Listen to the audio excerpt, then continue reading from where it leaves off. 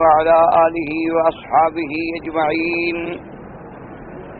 اللهم صل على سيدنا محمد وعلى آل سيدنا محمد كما صليت على إبراهيم وعلى آل إبراهيم في العالمين إنك حميد مجيد. قال الله تبارك وتعالى في كلامه المجيد: أعوذ بالله من الشيطان الرجيم. بسم الله الرحمن الرحيم. يا أيها الناس اتقوا ربكم الذي خلقكم من نفس واحدة خلق منها زوجها وبث منهما رجالا كثيرا ونساء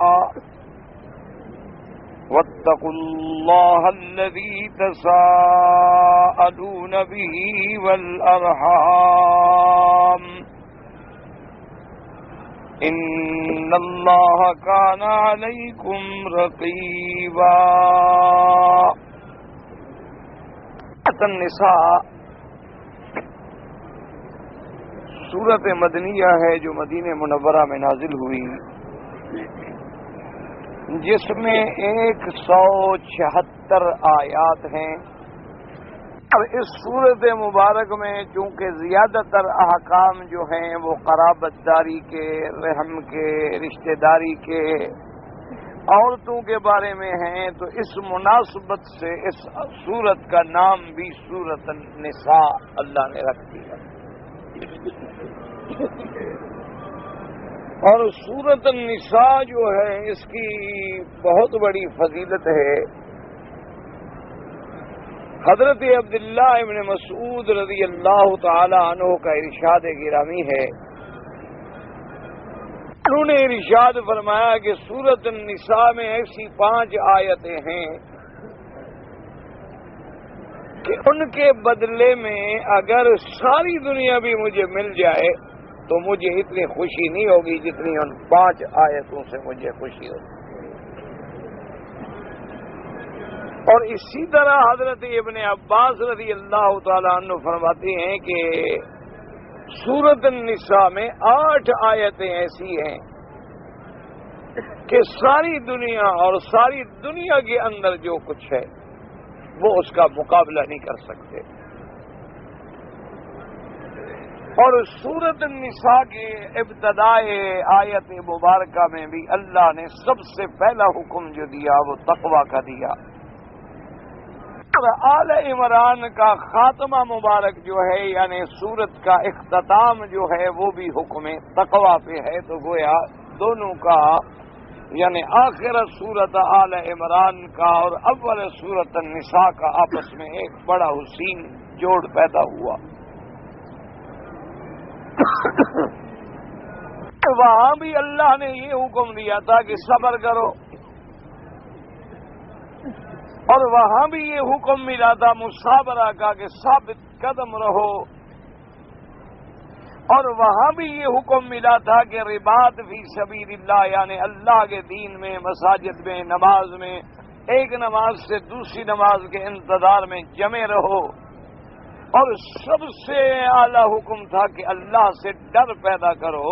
تو اس صورت میں بھی جو احکام ہیں وہ ایسے ہیں کہ جب تک تقوی نہ ہو تو ان احکام پہ عمل کرنے کا کوئی سوال ہی پیدا نہیں ہو سکتا. مانا ایک تو مثلا آپ کا اور میرا معاملہ ہے، ظاہر میں ہے، ٹھیک ہے، اگر ہمارا کوئی اختلاف ہو جائے گا تو 2 آدمی درمیان میں آ سکتے ہیں، مجھے سمجھا سکتے ہیں، آپ کو سمجھا سکتے ہیں، محکمے ہیں، عدالتیں ہیں، وہاں ہم اپنے معاملات کو لے جائیں گے.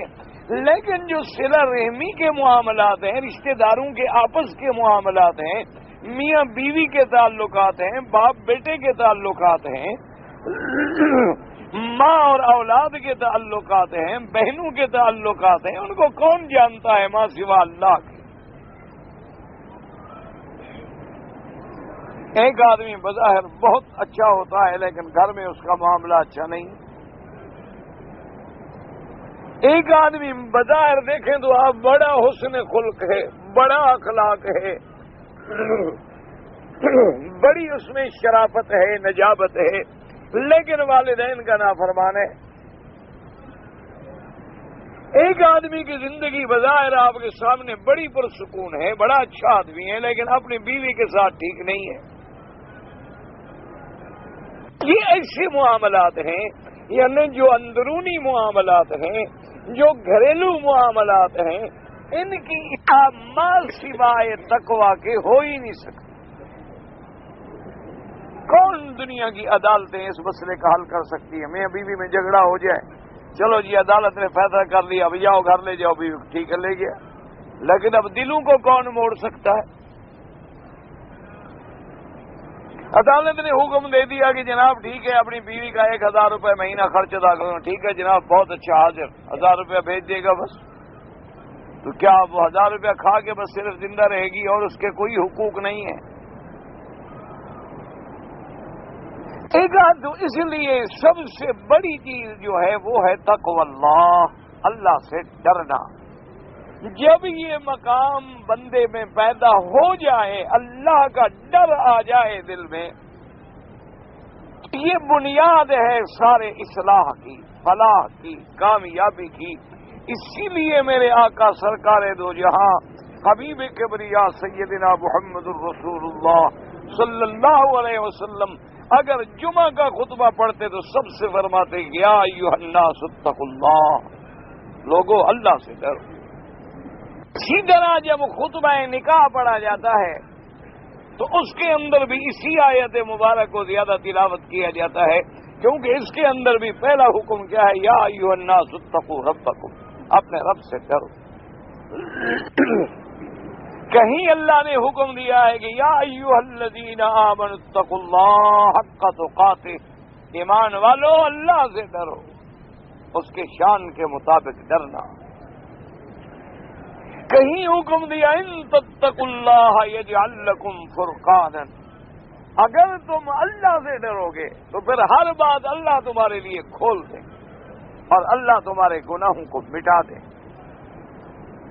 اسی طرح حکم دیا وَمَن يَتَّقِ اللَّهَ يَجْعَل لَّهُ مَخْرَجًا وَيَرْزُقْهُ مِنْ حَيْثُ لَا يَحْتَسِبُ، کہ اگر تم اللہ سے ڈرو گے اللہ تیرے ہر مشکل سے نکلنے کا راستہ پیدا کر دیں گے اور تمہیں ایسے مقام سے رزق عطا فرمائیں گے جہاں تمہارا گمان بھی نہیں ہوگا، تمہارا خیال بھی نہیں ہوگا، تمہارے خواب میں بھی نہیں ہوگا۔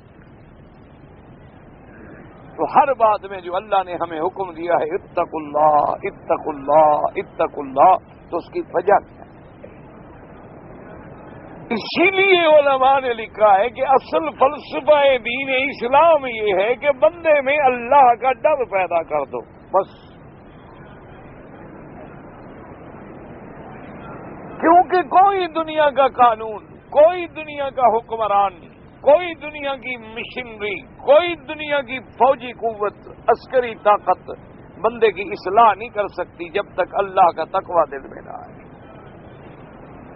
آپ دیکھتی ہیں دنیا میں بڑے بڑے قوانین بنتے،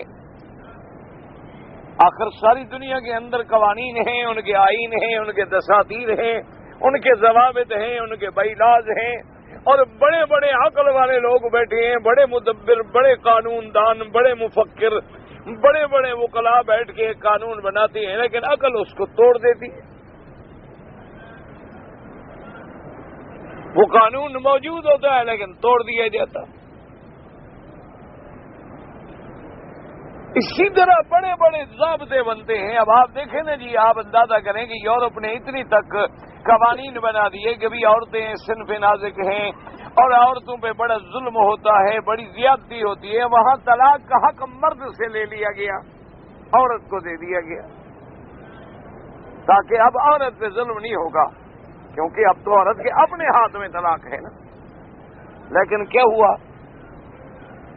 آپ نے وہاں حشر دیکھ لیا ہے، کتنی عائلی زندگی ہے جو کامیاب ہے، کتنی معاشرتی زندگی ہے جو کامیاب ہے، یعنی 100 میں سے 99% گھرانے جو ہیں برباد ہیں، کوئی 1% گھرانہ خوش قسمت کوئی ہو تو ہو، ورنہ ہر وقت ایک عذاب الہی ہے ان کے گھروں کے اندر۔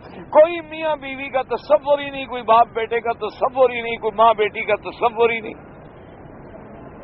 کوئی معاشرہ ہی نہیں، ٹوٹ پھوٹ گئے، قانون ان کا تحفظ نہ کر سکا۔ آپ کیا سمجھتی ہیں کہ مرد استحصال کرتا ہے؟ سب سے بڑا استحصال تو عورت کرتی ہے۔ آپ دوسری شادی کریں ذرا دیکھیں پہلی بیوی کیا کرتی ہے۔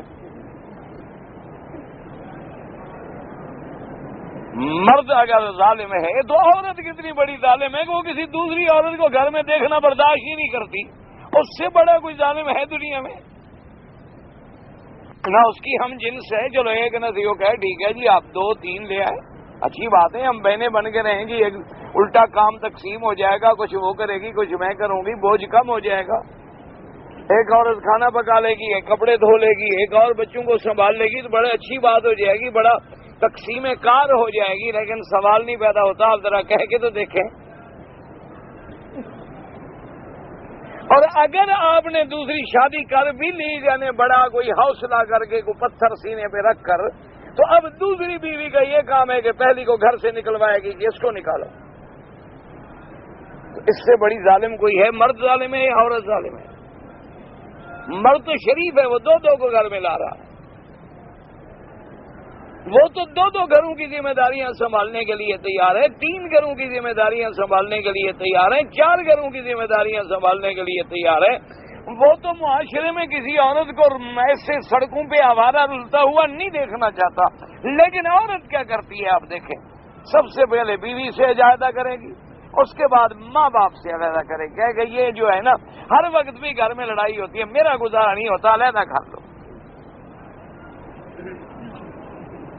کیوں جی؟ انہوں نے کہا میں جی دیکھیں نا، میں آپ کی بیوی ہوں، آپ کی باتیں میں سن سکتی ہوں، آپ کے والدین کی میں کیوں سنوں؟ اور وہ بغیرت ایسا ہے، وہ سمجھتا ہے میرے ہاں بات تو بڑی اچھی کہہ رہی ہے، نہیں سمجھتی کہ جو میرے والدین کی عزت نہیں کر رہی وہ کل میری عزت کیا کرے گی؟ جب اکیلی ہو جائے گی پھر کوئی اور ڈھونڈے گی۔ ابھی تو کہیں باپ کی آنکھ ہے، کہیں ماں کی آنکھ ہے، اصل میں تو عورت اس پہرے سے نکلنا چاہتی ہے نا۔ اگر ایک گھر کے اندر ہو، چلو خاون ڈپٹی پہ چلا گیا، باپ تو بیٹھے ہے نا بوڑھا، کچھ نہ کرے، دیکھ تو رہا ہے کہ کہاں جا رہی ہے وہ، مفت کا پہرے دار ہے گھر میں بیچارہ، بغیر تنخواہ کے بہترین چوکیدار۔ آج کل تو باپ کا یہی مقام رہ گیا نا، چلو پھر بھی تو فائدہ دے رہا ہے نا غریب۔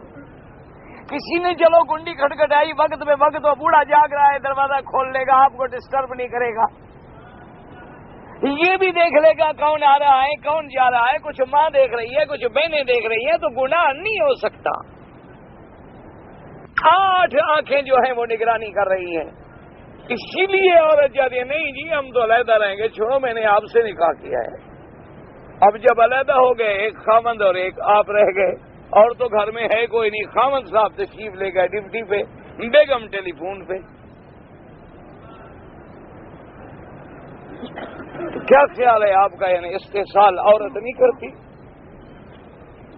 پوری تاریخ انسانیت میں دیکھ لیں، جتنے بڑے بڑے فساد برپا ہوئے ہیں ان کے پیچھے عورت ہی تو تھی۔ جتنے بڑے بڑے فساد ہوئے، جتنے بڑے بڑے فتنے رونما ہوئے، جتنے بڑے بڑی چیزیں واقعات ظہور پذیر میں آئے، ذرا ان کے پیچھے دیکھیں نا کیا ہے، عورت ہی تو ہے۔ عورتوں کا فتنہ ہی تو لے ڈوبا۔ ایسے تو نہیں کہ آقا انعامدار سرکار 2 جہاں نے فرمایا تھا ایاکم وفتنۃ النساء، ایاکم وفتنۃ النساء، ایاکم وفتنۃ النساء، خبردار عورتوں کے فتنے سے بچنا، خبردار عورتوں کے فتنے سے بچنا۔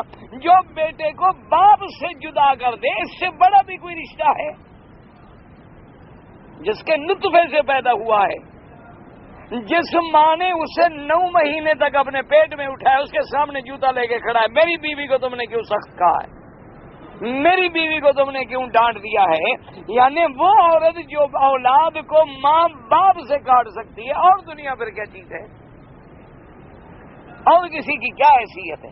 اسی لیے حضور نے فرمایا مجھے اپنی امت پہ سب سے زیادہ ڈر جو ہے وہ یہ ہے کہ عورتوں کے فتنے میں مبتلا ہو جائے۔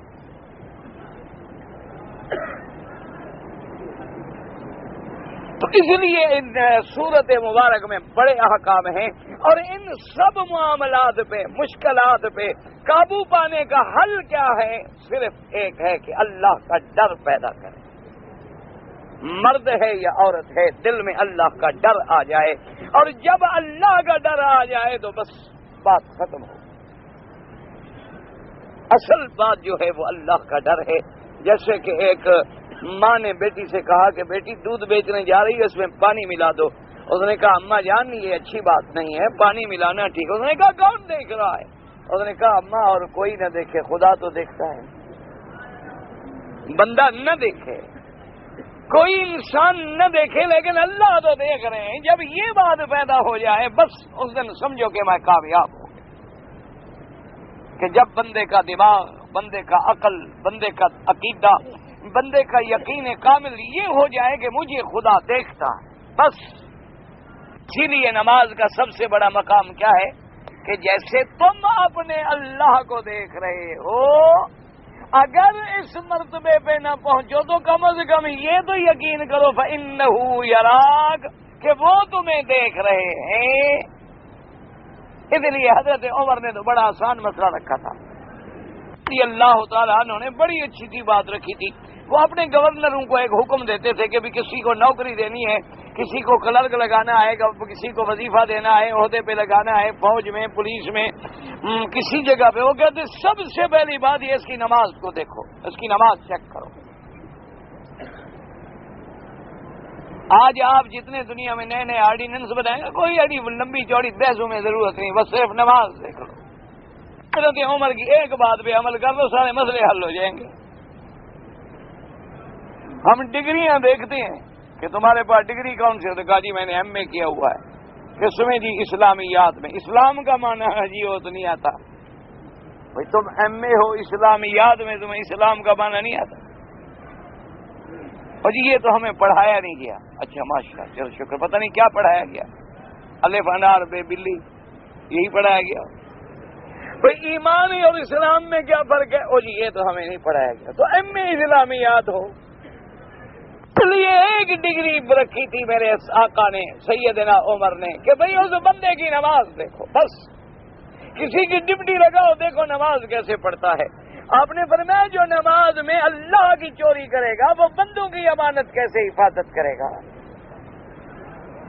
انہوں نے فرمایا نماز جو ہے یہ اللہ کا حق ہے، اگر بندہ اس میں بھی چوری کر رہا ہے، اللہ اکبر اللہ اکبر اللہ اکبر اللہ اکبر کر رہا ہے، تو جو خدا کا چور ہے وہ بندوں کا امین کیسے بن سکتا ہے؟ یا جو نماز پڑھتا ہی نہیں، جو نماز پڑھتا ہی نہیں، تو من اقامہا فقد اقام الدین ومن ہدمہا فقد ہدم الدین۔ جس نے نماز کو قائم کیا اس نے دین کو قائم کیا، جس نے نماز کو گرایا اس نے دین کو گرایا۔ جب وہ دین کا دشمن ہے، خدا کا حق ادا نہیں کرتا، تمہارا حق کیسے ادا کرے گا؟ کی پھر مثال دیتے ہیں لوگوں، جی جتنے نماز پڑھتے ہیں وہ کچھ سارے اچھے ہیں۔ پہلی بات تو یہ ہے کہ یہ مثال نہیں ہوتی، تناسب دیکھنا پڑتا ہے۔ 1000 نمازی کھڑا کرو، 1000 بے نماز، پھر دیکھو کیا عدد نکلتا ہے۔ یہ تو نہیں نا کہ ایک نمازی نے اگر کوئی غلطی کی اس کو پکڑ کے اشتہار بنا دو، اور بے نمازی جو کچھ کرتے پھرے ان کے لیے کھلی چھٹی ہو، لائسنس ہو گئے، چلو وہ تو نماز نہیں پڑھتا، اس کے لیے تو جائز ہے نا جو کچھ کرے۔ اس نمازی نے غلطی کیوں کی نا؟ پہلے اگر تناسب دیکھنا ہے تو 1000 نمازی کو دیکھیں، 1000 بے نماز کو دیکھیں، پھر دونوں کے اعمال کا توازن کریں۔ دوسری بات یہ ہے کہ جو نمازی بھی ہے پہلے یہ دیکھیں کہ کیا وہ صحیح معنی میں نماز پڑھنا بھی جانتا ہے، وہ بھی صرف ایک بلا ہے اپنے سر پہ اتار کے پھینک رہا ہے، ایک بوجھ ہے، منافقین کی طرح نماز ہے کہ شکل سمجھا ہوا ہے کہ چلو بوجھ ہے اتارو، جو لوگ کہیں گے یار یہ نماز نہیں پڑھتا۔ اگر اس کی نماز ہے تو یقیناً وہ بدلے گا۔ ان الصلاۃ تنہی عن الفحشاء والمنکر، وہ ایک بزرگ کی واقعہ لکھا ہے نا، ایک تو تاریخی واقعہ اور ایسے واقعات کی حقیقت کا تو اللہ کو علم ہوتا ہے، کیونکہ کوئی قرآن و حدیث میں تو ہے ہی نہیں، نہ اس کی کوئی ہمارے پاس سند ہوتی ہے کہ ہم اس پہ بحث کریں کہ اس میں کون سا راوی ضعیف ہے کون سا قوی ہے۔ تاریخی روایات ہوتے ہیں فائدے کے لیے نقل کر دیے جاتے ہیں. ایک بزرگ کی خدمت میں ایک آدمی کو لایا گیا. وہ بہت بڑا امیر زیادہ تھا, اور امیروں کے بیٹے اکثر بگڑے ہوئے ہوتے ہیں, کیونکہ دولت جب آئے تو بگاڑ تو آتا ہے. بگڑا تگڑا آدمی تھا. لوگوں نے بڑا پریشان ہوئے تو اس کے بزرگوں نے سوچا کہ یہاں ایک اللہ والے ہیں, اللہ کے ولی, اسی کے پاس لے جائیں, اس کی کوئی بیعت کرائیں, کوئی تعلق بنائیں, کوئی اللہ والے کی صحبت میں آگے شاید ٹھیک ہو جائے. اس کی خدمت میں لے آئے تو بزرگ بیٹھے تھے. انہوں نے پوچھا کہ ہاں بیٹا کیسے آئے؟ انہوں نے کہا حضرت میں تو آنا بھی نہیں چاہتا تھا, یہ مجھے پکڑ کے لے آئے ہیں. یہ جو میرے بوڑھے بوڑھے ہیں نا بزرگ, یہ مجھے زبردستی لائے ہیں, میں تو حضرت نہیں آنا چاہتا. انہوں نے کہا اچھا اچھی بات, کیوں پکڑ کے لائے ہیں؟ انہوں نے کہا جی یہ کہتے ہیں کہ میں آپ کا مرشد, آپ کو مانوں اور آپ کی بیعت ہو جاؤں اور آپ کی باتیں مانوں, تو اب مجھے انہوں نے مجبور کر دیا. انہوں نے کہا اچھا پھر کیا ارادہ ہے؟ انہوں نے کہا جی ارادہ تو میرا ہے نہیں. ان کے جبر کرنے سے چلو بھی سارے کام جو میں اپنے منشے پہ کرتا ہوں تو ایک بات ان کی بھی مان لیتا ہوں. تو انہوں نے کہا اچھا اس کا مطلب ہے کہ تم اب بیعت کرنا چاہتے ہو؟ انہوں نے کہا ہاں جی کرنا چاہتا ہوں, لیکن میری ایک شرط ہے. کہا بھائی بڑا اچھا مرید ہے, الٹا شرطیں رکھتا ہے کہ جی پہلے میری شرط مانو تو پھر میں بیعت کروں گا. لیکن اللہ والوں کو ان باتوں کا دکھ نہیں ہوتا. یہ تو ہم جیسے لوگوں کو ہوتا ہے نا, ہماری شان میں کوتاہی ہو جاتی ہے. اللہ والے تو کسی کی اصلاح چاہتے ہیں, وہ جو مرضی آئے گا. انہوں نے کہا اچھا بیٹا بتلاؤ کیا شرط ہے؟ اس نے کہا جی مجھے عورت کی اور شراب کی اتنی لت ہے کہ میں جب سے عقل سنبھالی ہے نا تو ان دو چیزوں میں زندگی گزار رہا ہوں, عورت اور شراب. ان دو چیزوں کو تو میں نہیں چھوڑوں گا, باقی آپ جو فرمائیں گے میں عمل کروں گا. بعد میں آپ کہیں کہ بھئی تم نے میری بات نہیں مانی, میں پہلے بتلا رہا. انہوں نے کہا اچھا بیٹا بات سنو, بھئی جب تم مرید ہونے آئے ہو ہم نے بھی تو تمہیں نہیں بلایا, ہم کو تمہارے لیے تو نہیں بیٹھے تھے, ہم نے خط تو نہیں لکھا تمہیں کہ ضرور تشریف لے آؤ, تمہارے بغیر ہمارا کام رکا ہوا ہے. اگر تم آ گئے ہو اور ہم تمہاری شرط بھی ماننے کے لیے تیار ہیں, لیکن ایک شرط تم بھی ہماری مان لو. اس نے کہا جی بالکل, جب آپ بزرگ ہو کے میری بات مان رہے ہیں ابھی آپ کی ایک بات مان لوں گا. انہوں نے کہا ملازمین آ گئے, نوکر آئے. انہوں نے کہا جناب مجلس تیار ہے, کباب شباب شراب سب موجود ہے. انہوں نے کہا بھی بات یہ ہے, میں نے وعدہ کیا ہوا ہے نماز کا, ابھی تھوڑی دیر کے بعد مغرب کی نماز ہو جائے گی تو نماز میں نے پڑھنی ہے. ایسا کرتے ہیں کہ آج جو محفل ہے نا عشاء کے بعد, آج عصر کے بعد نہیں ہوگی, میری نماز چلی جائے گی, مغرب بھی اور عشاء بھی میں نے وعدہ کیا ہوا ہے نماز پڑھنی ہے. انہوں نے کہا جی چلو ٹھیک ہے عشاء کے بعد صحیح. انہوں نے کہا عشاء کے بعد بڑا وقت ہوتا ہے, پھر رات ہے ساری, پھر صبح کو ہوگی, اس کے غسل کر کے وضو کر کے نماز پڑھ لوں گا, لیکن ابھی میں نہیں آتا, ابھی آپ انتظار کریں, عشاء کے بعد آؤں گا. اس نے مغرب کی نماز پڑھی, پھر عشاء کی نماز پڑھی. عشاء کی نماز پڑھ کے جو نکلا مسجد سے, نوکر پھر آگے کھڑے تھے. انہوں نے کہا حضور, نے کہا بھئی آج طبیعت نہیں چاہ رہی, میری طبیعت کو ذرا تکلیف محسوس ہو رہی ہے, میں گھر جا رہا ہوں, کل دیکھا جائے گا. ایک دن گزر گیا, 2 دن گزر گئے, 3 دن گزر گئے, چوتھے دن وہ حضرت کے پاس گیا. اس نے کہا حضرت یہ کیا نسخہ مجھے بتا دیا, میری تو ہر چیز چھوٹ گئی. انہوں نے کہا بیٹا ہم نے تو آپ سے نہیں کہا, اللہ کا فرمان ہے ان الصلاۃ تنہی عن الفحشاء والمنکر, کہ اگر نماز حقیقی نماز ہے تو برائیوں سے, زنا سے, منکر سے, ہر برے کام سے خود بخود روک دے گی. بیٹا تمہاری نماز ٹھیک ہو گئی, اللہ کا شکر کرو. اس نے کہا حضرت بس اب تو پھر ہم یہاں پڑے ہیں. انہوں نے کہا تمہاری مرضی, یہاں رہنا ہے تو رہ جاؤ, لنگر میں تو یہی دال روٹی ملے گی. انہوں نے کہا جی بڑے قورمے وورمے کھا لی, اب دال کھانے کو جی چاہتا ہے. اللہ نے ایسی اصلاح کر دی کہ اس نے پھر بڑا مقام پیدا کیا دنیا کے اندر. تو اصل بات کیا تھی کہ وہ اللہ کا جب ڈر آ گیا دل میں, بس بات بن گئی. اتنی بار میں یا ایھا الناس اتقوا ربکم, آپ انداز خطابت قرآن پہ غور کریں. ایک آدمی, 2 آدمی, قوم, قبیلہ کسی کو نہیں, بلکہ فرمایا لوگوں یا ایھا الناس, اے لوگو اتقوا ربکم، اور ڈرو تم کس سے؟ اپنے رب سے۔ آگے صفت ربوبیت کا ذکر کیا، پہلے حکم دیا تقوی کا، پھر صفت ربوبیت کا ذکر کیا کہ اس رب سے ڈرو جس نے تمہیں پیدا کیا، تمہاری تربیت کی، تمہیں بنایا، تمہیں بچپن سے تمہیں نطفے سے لے کر انسان کامل بنا دیا۔ جیسے ہم محاورے میں کہتی ہیں، اے بندے کچھ تو شرم کر، تیرا باپ ہے جس نے تجھے پالا ہے۔ ہم بھی کسی کو جب شرم دلاتے ہیں نا تو ہم بھی کہتے ہیں حالانکہ یہ تو مجازی پالنے والا ہے، اصل پالنے والا تو اللہ ہے، بندہ کیا ہے؟ لیکن ہم بھی کہتے ہیں کہ یار تمہیں شرم نہیں آتی؟ یہ تمہارا باپ ہے، تمہارا استاد ہے، تمہارا چاچا ہے، تمہارا بڑا ہے، اور تمہیں اس نے اٹھایا ہے، بچپن میں کھلایا ہے، پلایا ہے، تمہاری حفاظت کی ہے، تمہیں اس کا بھی ادب نہیں آتا؟ تو اللہ نے فرمایا اگر تم مجھے رب مانتے ہو تو پھر میری ربوبیت کا کوئی شرم کرو۔ کیا تم مجھے رب مانتے ہو؟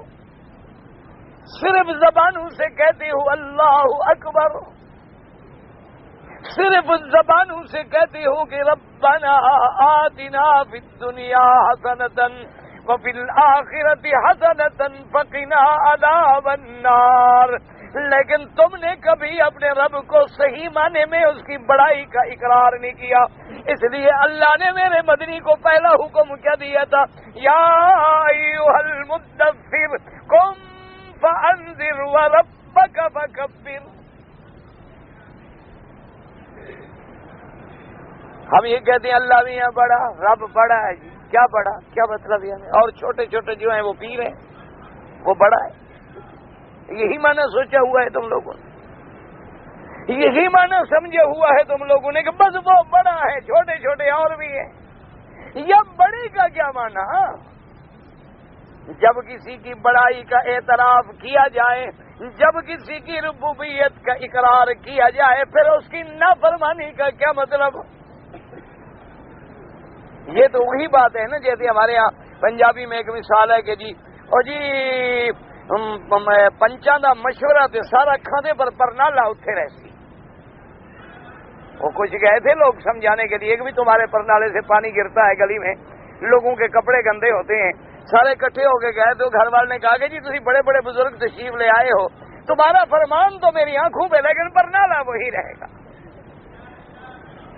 اسی طرح تم نے اپنے رب کو بڑا بنایا ہے کہ ہر نماز میں کہتے اللہ اکبر، ہر اذان میں کہتی ہو اللہ اکبر، ہر رکوع سجود میں کہتی ہو اللہ اکبر، لیکن باہر جا کے کبھی اپنے نفس کو بڑا بناتی ہو، کبھی اپنی خواہشوں کو بڑا بناتی ہو، کبھی اپنی بیوی بچوں کو بڑا بناتی ہو، کبھی دولت کو بڑا بناتی ہو، کبھی کرسی کو بڑا بناتی ہو، اور خدا کے نافرمان بن جاتے ہو۔ پھر خدا کیسے بڑا بنایا تم نے؟ اس لیے خدا بندے قدوس نے فرمایا کہ یا ایھا الناس، یعنی کیا مانا؟ جب سارے ڈرنے والے بن جائیں تب کام بنے گا۔ گھر میں اگر ایک آدمی نمازی ہے، 10 نہ پڑھے، وہ ایک بھی چند دنوں کے بعد بے نماز ہو جائے۔ آپ دیکھ لیں، تجربہ کر۔ گھر میں آپ اگر سنیما نہیں دیکھتے، فلم نہیں دیکھتے، ڈش انٹینے پہ نہیں بیٹھتے، وی سی آر پہ نہیں بیٹھتے ہیں، ایک آدمی نہیں بیٹھتا، 4 بیٹھتے ہیں، تو یہ بھی مہینے 2 مہینے کے بعد فکر نہ کریں فٹ ہو جائے۔ لیکن جب سارا معاشرہ، اس لیے حضور نے فرمایا کہ کیا سب سے بہتر بیوی وہ ہے جو اپنے خاوند کو رات کو تہجد کے لیے جگائے، اور سب سے بہتر خاوند وہ ہے جو اپنے گھر والوں کو رات کو اٹھائے۔ قوا انفسکم واہلیکم نارا، جو اپنے آپ کو اور اپنے اہل کو جہنم کی آگ سے بچائے۔ حضور فرماتے تھے اے اہل بیت رسول اللہ، اٹھو اٹھو، تہجد کا وقت تیار ہے۔ آج اچھی بیوی کون ہے؟ جو کلب میں جائے۔ اچھی بیوی کون ہے؟ جو بار میں بنا کے ماشاءاللہ گھر کو سجائے۔ اچھی بیوی کون ہے؟ جس کے پاس کسی اچھے ڈانسنگ کالج کا سرٹیفکیٹ ہو۔ اچھی بیوی کون ہے؟ جس سے بہت سارے لوگ خوش ہوں کہ جی بہت بڑی سوشل عورت ہے۔ گریجویشن یا ایم اے اس نے کیا ہوا، وہ ہمارے گھر میں ایک دفعہ آئی تو اس نے پوچھا مجھ سے کہ فلاں آدمی کے ہم نے گھر میں جانا ہے۔ میں نے کہا میں اس کا گھر جانتا ہوں، لیکن آپ ٹھہر جائیں، کوئی آدمی آتا ہے، کوئی بندہ آتا ہے، اس کو بھیجتے ہیں، بلاتے ہیں، کہتی جی آپ بھی مجھے آپ اس کے گھر تک چھوڑ دیں۔ انہوں نے کہا بی کوئی ابھی آ جاتا ہے، تو کہتی کہ آپ کو میرے ساتھ چلتے ہو تو ڈر لگتا ہے آپ کو کھا جاؤں گی، میں مولویوں کو کھاتی نہیں ہوں، یہ میرے ساتھ مخاطب ہو رہی۔ میں نے کہا تم نے بھی شاید سمجھا ہوا ہے کہ مولوی کو فرشتے ہوتے ہیں، تم نے بھی ایسے مولویوں کے دھوکے میں ہو، اصلی مولوی تم نے بھی نہیں دیکھے کہ ہمارا اندر کیا ہے۔ ہمارا اندر اتنا کالا ہے کہ دیکھ لو تو ہمیں کوئی تھوکے بھی نہ، ہم تو اندر سے اتنے سیاہ ہو چکے ہیں۔ ہم سے تو خدا کی قسم ہے، کوئی سرکس میں تار پہ چلتا ہے نا، روٹی کھاتا ہے وہ اچھا ہے، دنیا کا ڈھنگ سے تو روٹی کھا رہا ہے، دین رسول کو تو نہیں بیچتا، واز تو نہیں بیچتا، تبلیغ تو نہیں بیچتا، اللہ کا قرآن اور حدیث تو نہیں بیچتا، مدرسے اور مسجدوں کے نام پہ بھیک مانگ کے لوگوں کی زکوٰۃ تو نہیں کھاتا۔ ہم سے تو وہ کروڑ درجے اچھا ہے، ہمارے گناہ کیا دیکھتے ہو؟ ہم اچھے ہوتے تو تم ٹھیک نہ ہو جاتے۔ اگر کسی ملک کے مولوی اور پیر ٹھیک ہو جائیں وہ ملک کبھی غلط نہیں ہو سکتا۔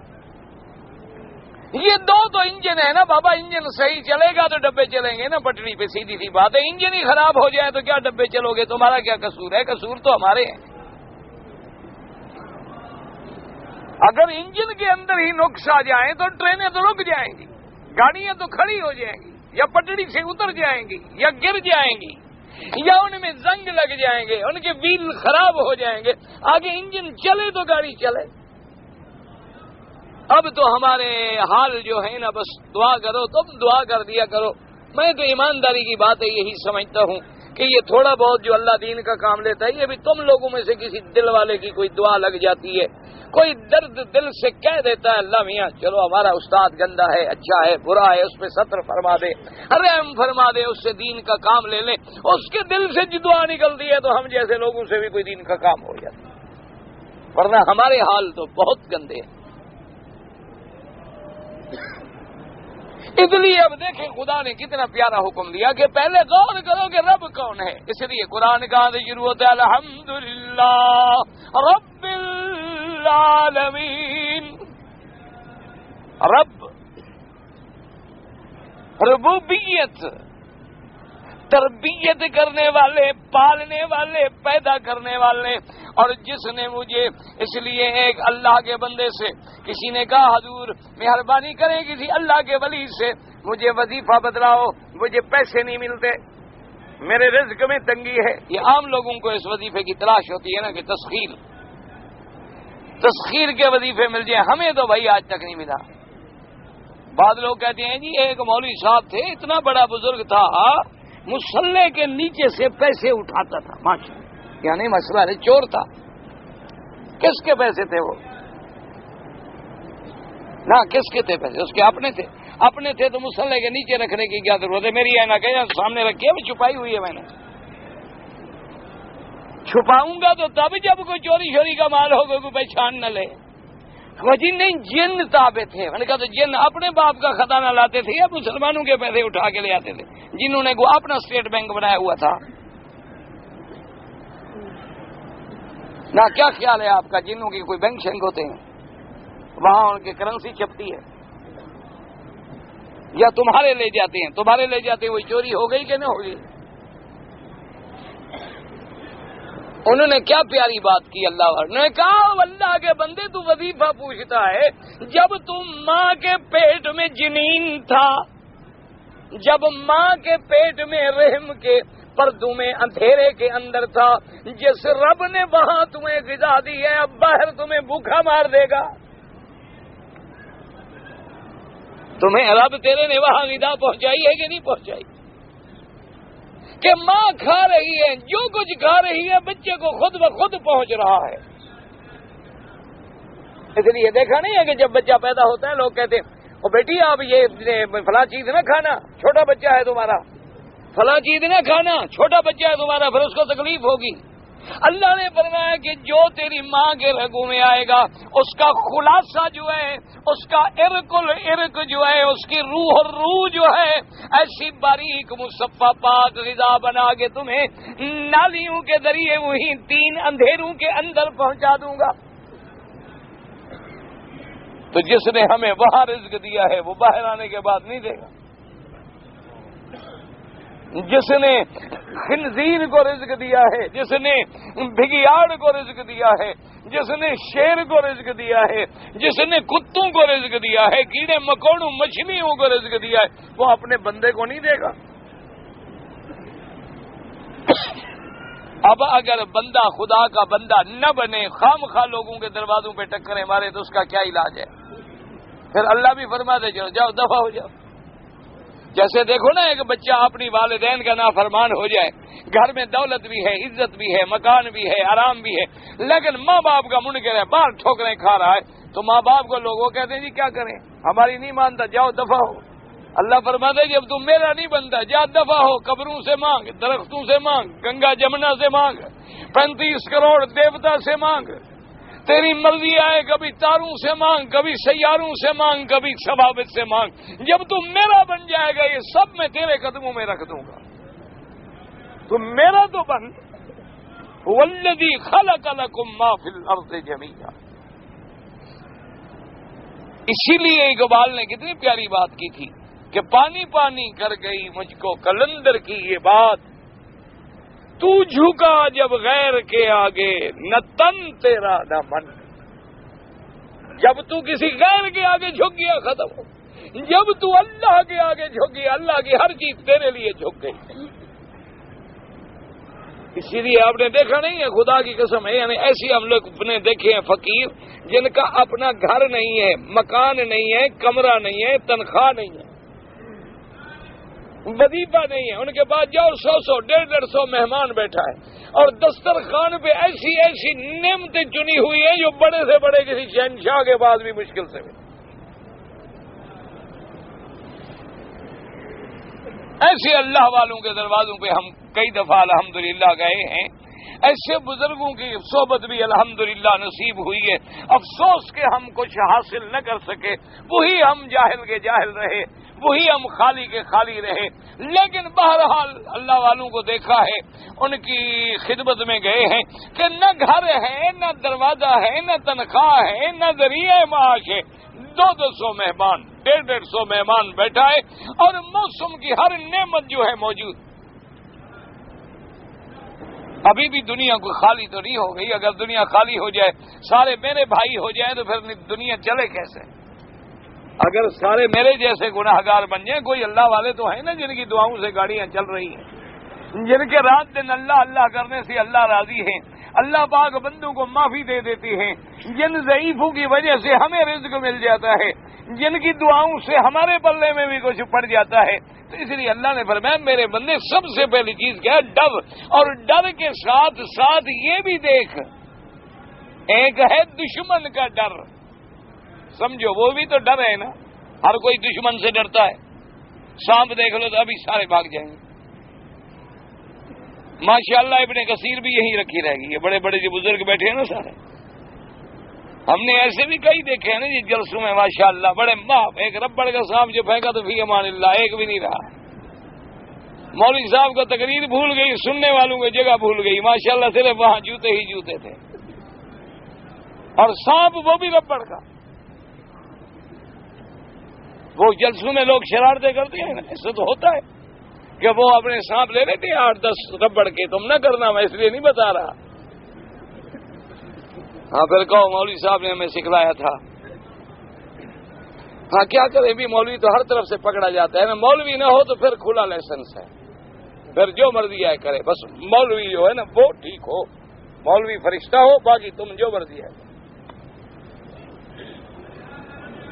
تو وہ جناب یہ ہے کہ پھر کونے میں بیٹھ جاتے ہیں۔ اب این جب جلسہ شباب پہ آئے نا تو ایک آدمی سانپ جو ڈالا نا جی، اس نے کہا صاحب کون دیکھتا ہے بھی اصلی ہے نکلی ہے، کون ہاتھ لگاتا ہے؟ بس جناب جلسہ بھاگ رہا ہے، کرسیاں الٹ گئیں، خیمے ٹوٹ گئے، بندے بھاگ گئے، انا للہ۔ تو ایک دشمن ہے اس کا ڈر بھائی، اور یہ فطری بات ہے، دیا نا، یہ ایسی بات نہیں، یہ فطری چیز ہے۔ موسیٰ علیہ السلام نہیں بھاگ گئے، نبی تھے۔ موسیٰ علیہ السلام نے جب سانپ دیکھا کھڑے رہے، اللہ نے حکم دیا کہاں بھاگ رہے ہو، خودھا، پکڑو اللہ میاں اس کو، اللہ میاں سانپ ہے۔ اللہ نے فرمایا لا تخف، نہ ڈرو نہ ڈرو، پکڑو۔ اچھا جی، اب ادھر اللہ کا حکم ہے، کیا کریں؟ بڑی مشکل سے جناب کانپتے کانپتے کانپتے حضرت نے ہاتھ ڈالے ان کو، اچھا یہ تو وہی میری لکڑی ہے، سنعیدھا فی سیرتھا الاولیٰ، اب بہادر ہو گیا۔ اچھا اللہ میاں مجھے پتہ لگ گیا، ٹھیک ہے، مجھے کچھ نہیں کہتا یہ صاحب۔ یہ فطری بات ہے، اللہ نے فرمایا یہ ڈرنا نہیں جیسے کوئی دشمن سے ڈرے، ڈرو لیکن یہ سمجھ کے ربکم، ڈر وہ ہو جو استاد کا ڈر ہوتا ہے کہ استاد آیا سب چپ، لڑکے کھیل رہے ہوں گے، بھاگ رہے ہوں گے، لڑ رہے، استاد کا پتہ لگا کہ استاد مدرسے میں آگے ایسے بیٹھ جاتے ہیں، ماشاءاللہ کئی دفعہ بغیر وضو کے صف میں بیٹھ جاتے ہیں۔ مدرسے میں حاضری لگتی ہے نا نمازوں میں کہ بھئی طالب حاضر ہے، فلاں حاضر ہے، اب طالب جو لیٹ ہو جائے وہ بتائیں کیا کرتے ہیں، بغیر وضو کے آگے بیٹھ جائیں گے، السلام علیکم السلام، فلاں طالب ہے، ہاں جی ہے، پھر یہ آگے وضو کر کے نماز بعد میں پڑھتے ہیں خبیث۔ ہم تو خود بابا اب طالب ہیں نا، ساری زندگی اتنی مدرسوں میں گزری ہے نا، اور کان سے کوئی ہم، اللہ پاک ہدایت عطا فرمائے۔ اس لیے اللہ نے فرمایا نا یا ایھا الناس اتقوا ربکم الذی خلقکم، فرمایا اپنے رب سے ڈرو جس نے تمہیں پیدا کیا، جس نے تیری تربیت کی، اس کے احسان کو سامنے رکھ کے ڈرو۔ اور پھر الذی خلقکم من نفس واحدۃ وخلق منها زوجها، اس رب سے ڈرو جس نے تم سب کو ایک ذات سے پیدا کیا۔ کیا ماننا اس ایک ذات سے کیا مراد ہے؟ حضرت آدم، ایک تو فرمایا رب میں ہوں، میری ربوبیت کا لحاظ کرو، اور دوسرا یہ بھی خیال کرو کہ اگر نقصان پہنچاؤ گے تو کس کو، اگر ڈاکہ مارو گے تو کس کے گھر میں، قتل کرو گے تو کس کو، چوری کرو گے تو کس کی، عزت لوٹو گے تو کس کی، نقصان پہنچاؤ گے تو کس کو، ہو تو تم ایک باپ کی اولاد۔ تو اس لیے پھر بہتر ہے کہ مجھ سے ڈرو اور کوئی غیر قانونی حرکت نہ کرو، غیر اسلامی حرکت نہ کرو، غیر آئینی حرکت۔ الذی خلقکم من نفس واحدۃ، اتفاق ہے مفسرین کا کہ من نفس واحدۃ سے مراد کون ہے؟ حضرت آدم علیہ السلام، اس لیے ان کا لقب ہے ابو البشر کہ وہ تمام انسانوں کے باپ ہیں۔ وَخَلَقَ مِنْهَا زَوْجَهَا، اور سب سے پہلے پھر اللہ نے آدم علیہ السلام کو پیدا کرنے کے بعد آدم علیہ السلام کی پسلی میں سے، آدم علیہ السلام کے وجود میں سے بائیں پسلی میں سے بی بی حوا کو پیدا کیا۔ اس لیے حوا نام پڑ گیا، کیوں کہ آدم زندہ ہیں، اور زندہ آدم سے بی بی حوا کو اللہ نے پیدا کر کے نکالا۔ اس لیے حدیث میں آتا ہے کہ حضرت آدم علیہ السلام سوئے ہوئے تھے، اور جب اٹھے، اللہ کی شان ہے، سوئے ہوئے ہیں، اور جب بیدار ہوئے تو کیا دیکھتے ہیں کہ ساتھ ایک عورت بیٹھی ہے۔ اللہ میاں یہ کون ہے؟ اللہ نے فرمایا آدم تیری بیوی ہے، اس لیے پیدا کی ہے لیسکن الیہا، تاکہ تمہیں سکون نصیب ہو سکے، تمہیں مودت مل سکے، تمہیں تآنس مل سکے، تحابب مل سکے، تمہاری زندگی جو ہے وہ وحشت میں نہ گزرے، سکون و آرام سے گزرے۔ اللہ پاک نے ان کو پیدا کیا تو پھر آدم علیہ السلام سے پیدا کیا، اور خدا کی قدرت ہے، دیکھیں کہ اللہ نے عورت کو پیدا کیا اور بائیں پسلی سے پیدا کیا۔ اس لیے علماء نے لکھا ہے اس میں دو حکمتیں ہیں، ایک تو پسلی ٹیڑھی ہوتی ہے نا، عورت میں بھی ٹیڑھا پن ضرور ہوتا ہے، چاہے کتنی اچھی ہو جائے کچھ نہ کچھ رہتا ہے، کیونکہ اس کا اصل جو ٹیڑھا ہے، اس لیے حضور نے فرمایا کہ خبردار، اگر عورت کو پورا سیدھا کرنے کی کوشش کرو گے تو یہ ٹوٹ جائے گی، اور فرمایا اگر اس کو بالکل ڈھیلی رسی دے دو گے تو یہ اور زیادہ ٹیڑھی ہو جائے گی۔ اس لیے فرمایا ذرا خیریت سے اعتدال کے ساتھ زندگی گزارنا، فرمایا عصا لٹکا بھی رہے لیکن مارو بھی نہ۔ آپ نے فرمایا یہ نہ ہو کہ بالکل ایسے شریف خامد بن جاؤ، خدا کے فضل سے بیوی میاں دونوں معزز ہیں، اس سے غیرت نہیں آتی، اسے غصہ نہیں آتا، دونوں اگر شریف بن جاؤ تو علیحدہ بات ہے۔ آج کل تو شرافت کا معنی یہی ہوتا ہے نا کہ بیگم ادھر کھڑی ہو اور اس کے ساتھ دوسرے کی بیگم کھڑی ہو، ایٹیکیٹ کا تقاضا یہ۔ اسلام اس کو کہتا ہے بے غیرتی اور دیوسی۔ اسلام کے نزدیک یہ بے غیرتی ہے، اور بے غیرتی کا معنی کیا ہے؟ بے ایمانی کے، من لا غیرت لہ لا ایمان لہ۔ حضور نے فرمایا جو دیوس ہے، جس کو اپنی بیوی کی بھی غیرت نہیں ہے، اس کو جنت کی خوشبو بھی اللہ حرام کر دے۔ اور ہمارے ہاں یہ تہذیب کا معیار ہے، تو اس طرح حضور نے فرمایا کہ نا خبردار۔ اور کتنی پیاری بات کی حضور نے، اللہ اکبر۔ میرے حضور کی تو ہر بات پیاری، محبوب کی ہر بات محبوب، لیکن فرمایا کہ عورت کی فطرت ہے یغلبن الکریم و یغلبہن اللئیم۔ حضور نے فرمایا عورت کی فطرت ہے کہ شریف آدمی پہ یہ سوار ہو جاتی ہے اور کمینہ اس پہ سوار ہو جاتا ہے۔ فرمایا کہ اگر مرد کمینہ ہے تو لگام ڈال دے گا عورت کو، ایسے چل رہی ہوگی سیدھی تکلے کی طرح، اور اگر شوہر شریف ہو تو اس کو تگنی کا ناج نچوا دے گی۔ یہ عورت کی فطرت میں آیا ہے۔ اس لیے وجہ کیا ہے کہ خدا کی کوئی اللہ نے اس کو پیدا کہاں سے کیا؟ اچھا دوسری بات دیکھیں، اللہ نے دائیں پسلی سے پیدا نہیں کیا، کہاں سے پیدا کیا ہے؟ بائیں پسلی سے۔ اچھا احترام والا دایاں ہاتھ ہوتا ہے بایاں؟ دائیں ہاتھ کو کس میں استعمال کرتے ہو؟ اور بائیں کو؟ اللہ نے فرمایا اس کو اتنا سر پہ نہ چڑھاؤ، یہ کوئی اتنی عظمت والی چیز نہیں ہے، اس کو ہم نے بائیں طرف سے پیدا کیا ہے، یہ شمال میں سے ہے، یمین میں سے نہیں ہے۔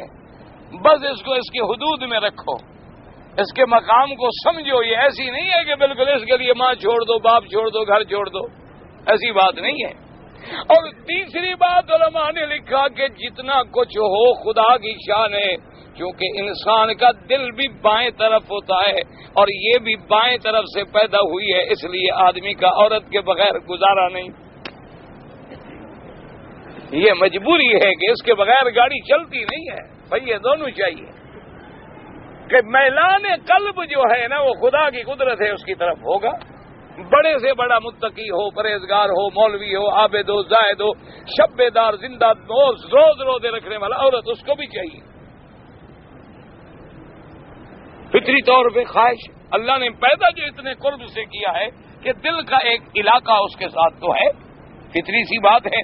تو اس لیے فرمایا یا ایھا الناس اتقوا ربکم الذی خلقکم من نفس واحدۃ وخلق منها زوجها۔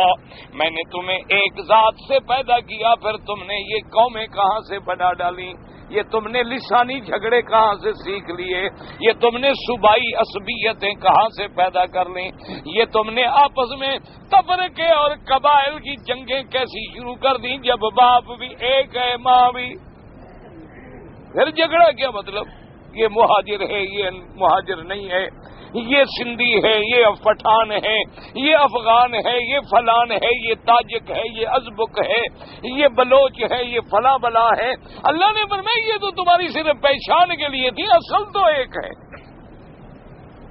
اصل تو تمہارے پیچھے ایک ہے، یہ تو ہم نے صرف تمہیں پہچاننے کے لیے کہ جی اچھا کہاں ملیں گے؟ جی باب العمرہ میں۔ اچھا جی کہاں ملیں گے؟ باب السلام میں۔ کہاں ملیں گے؟ باب الفتح میں۔ کہاں ملیں گے؟ باب المدینہ میں۔ ورنہ دروازے تو سارے میرے گھر کی طرف آ رہے ہیں۔ یہ تو اللہ نے ہمارے لیے آسانیاں پیدا کر دی کہ لتعارفوا وجعلناکم شعوبا وقبائل لتعارفوا ان اکرمکم عند اللہ اتقاکم. عزت والا کون ہے؟ وہی تقوی.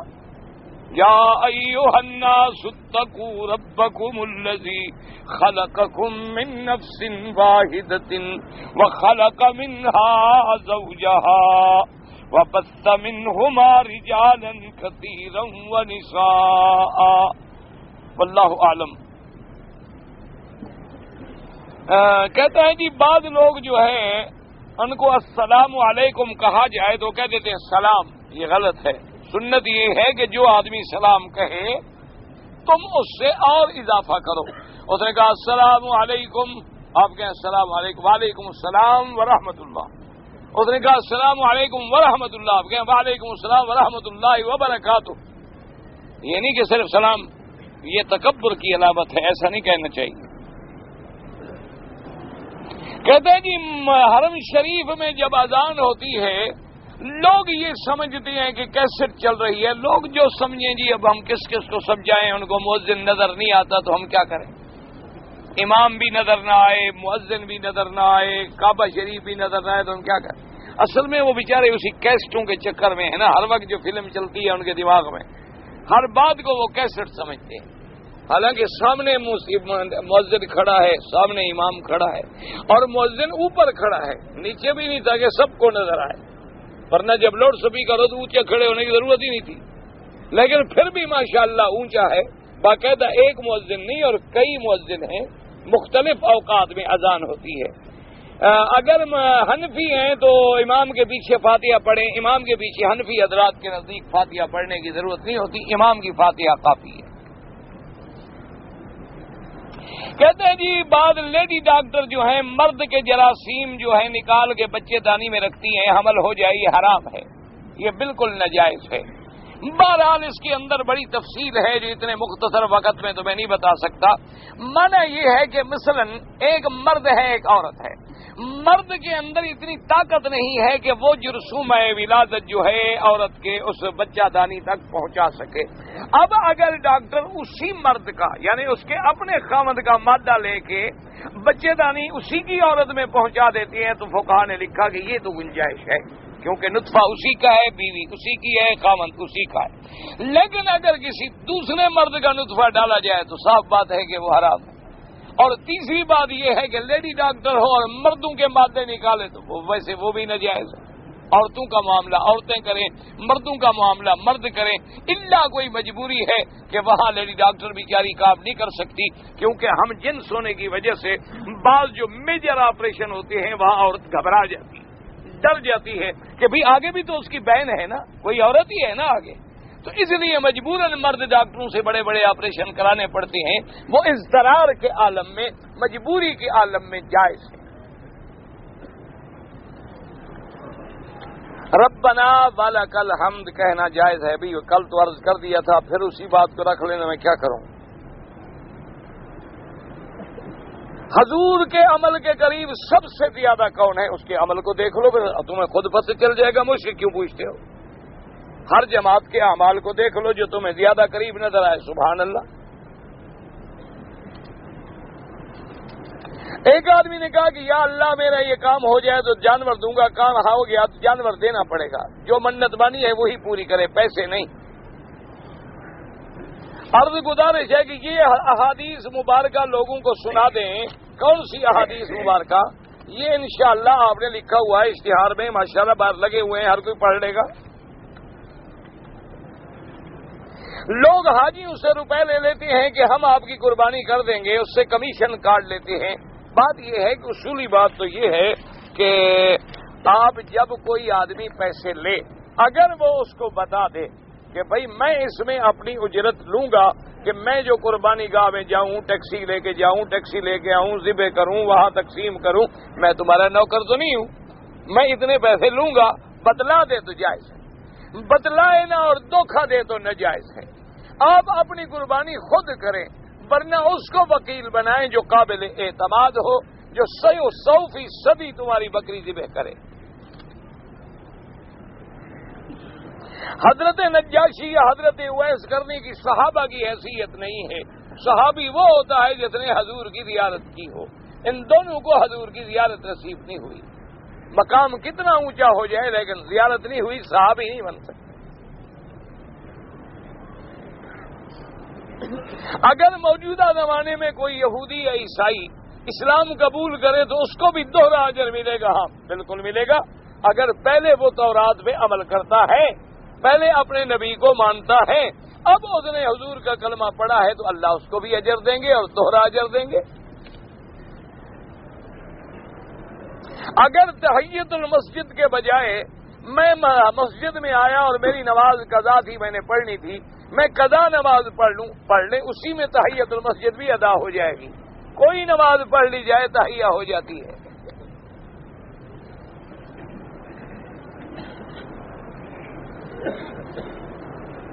کہتے ہیں بعض لوگوں کو ہم نے دیکھا ہے کہ روزانہ عمرہ کرتے ہیں. عمرے میں تو بال کٹوانا ضروری ہے، نہ بھی ہوں تو سر پہ اس طرح پھروانا کافی ہوتا ہے. اللہ کو بالوں کی ضرورت نہیں ہوتی. اللہ کو تو حکم دیکھنا ہے کہ بندہ میرے آگے گردن جھکا گیا، ورنہ بال کیا ہے، بال ہوں نہ ہوں اس طرح پھروانا پڑے گا. لیکن مکے میں رہتے ہوئے طواف زیادہ کریں، طواف افضل ہے.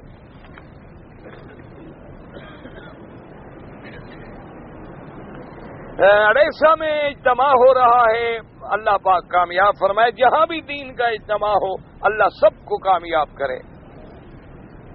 نماز پڑھتا ہوں مجھے خراب خیالات آتے ہیں. جب اللہ نے معاف کر دیے تم کیوں ڈرتے ہو بھائی؟ آتے رہے، تم نماز پڑھتے رہو. معراج کی رات جاگنے والی ہے، کوئی حکم نہیں. حضور نے نہیں فرمایا کہ معراج کی رات جاگا کریں، یہ کوئی حکم نہیں ہے کسی حدیث میں. آپ نے لکھا تھا کہ 30 اور 40واں کرنا بدعت ہے. آج میں نے اخبار میں پڑھا، اس نے لکھا کہ جائز ہے. اچھا، تو جو اخبار میں لکھا ہو وہ بھی مسئلہ ہوتا ہے. یہ دیکھنا پڑتا ہے کس نے لکھا ہے، لکھنے والا کون ہے، کس نے جواب دیا ہے. ویسے میرا خیال میں آپ نے غلط پڑھا ہے. اردو نیوز میں جو سوالات کے جوابات دیتے ہیں قاری عبد الباسط صاحب بڑے عالم ہیں، موحد آدمی ہیں، ویسی غلط بات نہیں کہتے. آپ کو غلط پڑھا ہوگا، آپ مجھے دکھائیے گا کیا لکھا ہوا، لے آئیں ذرا. پتہ نہیں یہ خود پڑھ لیتے ہیں، خود بنا لیتے ہیں. وہ بھی عالم ہے، موحد ہے جو جواب دیتا ہے. صحیح معنی میں ماشاءاللہ ان کے اکثر جواب اچھے ہوتے ہیں. کبھی کبھی میں پڑھتا ہوں، ہمیشہ تو میں نے نہیں پڑھے، لیکن اندازہ تو ہو جاتا ہے نا کہ لکھنے والا کون ہے. 3 رکعت صلاۃ الفطر ایک تشہد سے پڑھنا ثابت ہے، 1 رکعت پڑھنا ثابت. یہ پہلے کئی دفعہ ہو چکا ہے. اختلافی مسئلے کے لیے اور مولوی تھوڑے ماشاءاللہ بہت ہے. ہم نے عمرہ کیا پچھلے سال، ہم نے نہ سمجھی کی وجہ سے بال نہیں کٹائے، چند بال کاٹے، عمرہ کر کے اپنے گھر چلے گئے. اچھا تمہارا ایک بکری دم ادا کر دیں. اپنے گاؤں میں دم نہیں دیا جا سکتا، دم مکے میں دینا ہوتا ہے حرم میں، تاکہ فقراء حرم کو کھلایا جائے. آپ اپنے ملک میں چلے گئے، مکے میں کسی رہنے والے دوست قابل اعتماد کو وکیل بنا دیں، اس کو پیسے بھیج دیں کہ میری طرف سے جا کے دم کر دو، وہ ذبح کر کے غریبوں کو تقسیم کر دے، آپ کا دم ادا ہو جائے گا.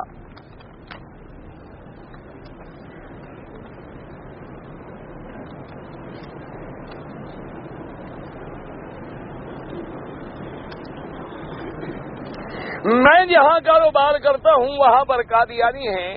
مجھے جب پتہ چلا کہ یہ قادیانی ہے تو میں نے ان سے ملنا جلنا، السلام علیکم، کاروبار سب بند کر دیے. تمہاری غیرت ایمانی ہے، اللہ تمہیں جزائے خیر دے، لیکن کافروں سے کاروبار جائز ہوتا ہے، کافروں سے دلی لگاؤ رکھنا ناجائز ہے. یہ تو نہیں کہ کافروں سے حضور پاک نے یہودیوں سے ادھار لیا، حضور صلی اللہ علیہ وسلم کے صحابہ نے یہودیوں سے ادھار لیا.